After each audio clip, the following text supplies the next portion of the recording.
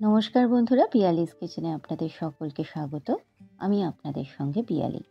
আজ আমি আপনাদের সঙ্গে শেয়ার করব তেল পটলের রেসিপি। পটল যারা ভালোবাসে তাদের কাছে এই রেসিপিটি খুবই প্রিয়।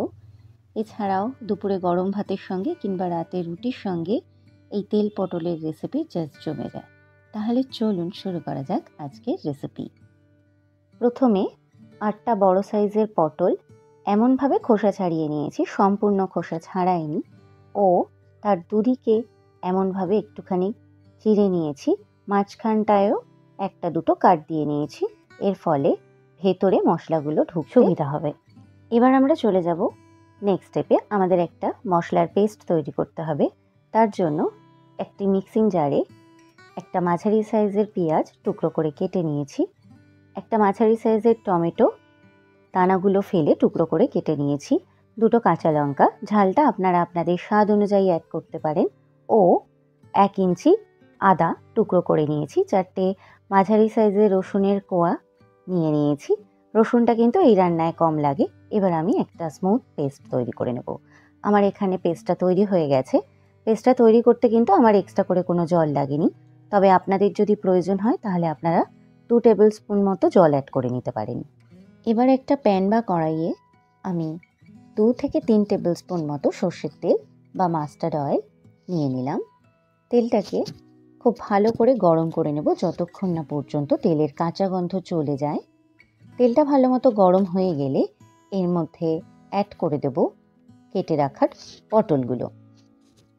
পটলগুলো ভাজার সময় আমি এর মধ্যে অ্যাড করে দেব 1/4 টিস্পুন নুন, যাতে নুনটা পটলের মধ্যে ঢুকে যায়।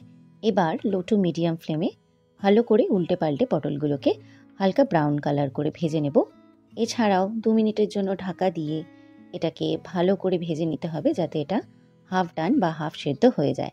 পটলগুলো ভালো করে নেড়েচেড়ে ভেজে নেওয়ার পর যখন হাফ সেদ্ধ হয়ে যাবে এবং পটলের কালার এমন চেঞ্জ হয়ে যাবে, তখন এবার এগুলোকে তেল ঝরিয়ে তুলে নেব আলাদা একটি পাত্রে।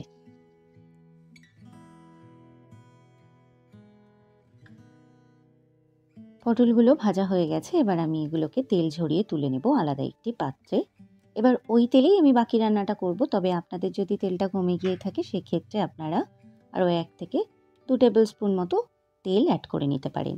এবার আমি এর মধ্যে ফোড়ন দেব 1/4 টিস্পুন গোটা জিরে, একটা তেজপাতা টুকরো করে নিয়েছি, গোটা গরম মশলা, 1 ইঞ্চি দারচিনি, 2টো লবঙ্গ ও 2টো এলাচ। ভালো করে নেড়েচেড়ে নিন যাতে ফোড়নের হালকা মিষ্টি গন্ধ বেরিয়ে আসে। যখন ফোড়নের হালকা মিষ্টি গন্ধ বেরিয়ে আসবে তখন আমি এর মধ্যে অ্যাড করে দেব তৈরি করে রাখা বাটা মশলাটা।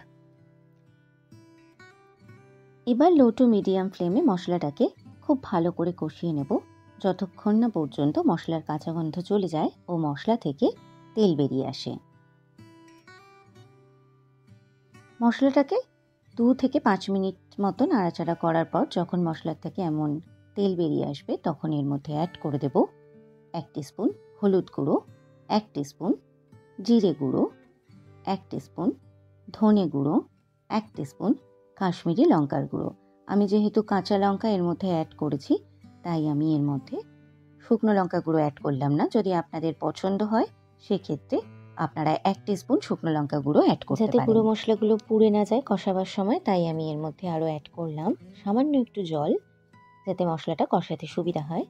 আবারও লো টু মিডিয়াম ফ্লেমে এটাকে আমরা 2 থেকে 5 মিনিটের জন্য ভালো করে নাড়াচাড়া করে নেব। 2 থেকে 5 মিনিট এটাকে ভালো করে নাড়াচাড়া করে নেওয়ার পর এবার আমি এর মধ্যে অ্যাড করে দেব 1/2 টিস্পুন নুন। নুনটা আপনারা আপনাদের স্বাদ অনুযায়ী অ্যাড করতে পারেন, ও ভেজে রাখা পটলগুলো।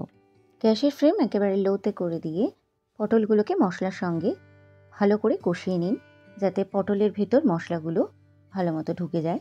প্রয়োজন অনুযায়ী 2 মিনিটের জন্য ঢাকা দিয়েও এটা রান্না করতে পারেন, যাতে পটলটাও সম্পূর্ণ রকমভাবে সেদ্ধ হয়ে যায়। আমি এটাকে গ্রেভি না, এমন মাখা মাখা, মানে পটলের গায়ে লেগে থাকবে মশলাগুলো, এমন তৈরি করতে চাই, তাই জল অ্যাড করলাম না। আপনারা চাইলে সামান্য জল অ্যাড করে গ্রেভিও তৈরি করতে পারেন। পটলটা সেদ্ধ হয়ে গেছে, এই সময় আমি সবশেষে অ্যাড করে দেব 1/4 টিস্পুন চিনি ও 1/2 টিস্পুন গুঁড়ো গরম মশলা। ভালো করে মশলাগুলো মিশিয়ে নিন। মেশানো হয়ে গেলে গ্যাসের ফ্লেম অফ করে এটাকে ঢাকা দিয়ে রেস্ট হতে দিন কিছুক্ষণের জন্য, যাতে মশলার ফ্লেভার পটলের মধ্যে ঢুকে যায়। তারপর ঢাকা সরিয়ে গরম গরম ভাতের সঙ্গে কিংবা রাতে রুটির সঙ্গে পরিবেশন করুন আজকের রেসিপি তেল পটল। আজকের রেসিপি তেল পটল রেডি টু সার্ভ। আজকে শেয়ার করা রেসিপিটি যদি ভালো লেগে থাকে তাহলে অবশ্যই লাইক, শেয়ার ও কমেন্ট করে আমাকে জানাতে ভুলবেন না। এমন আরও অনেক রেসিপি পেতে এখনই আমার চ্যানেলটি সাবস্ক্রাইব করুন।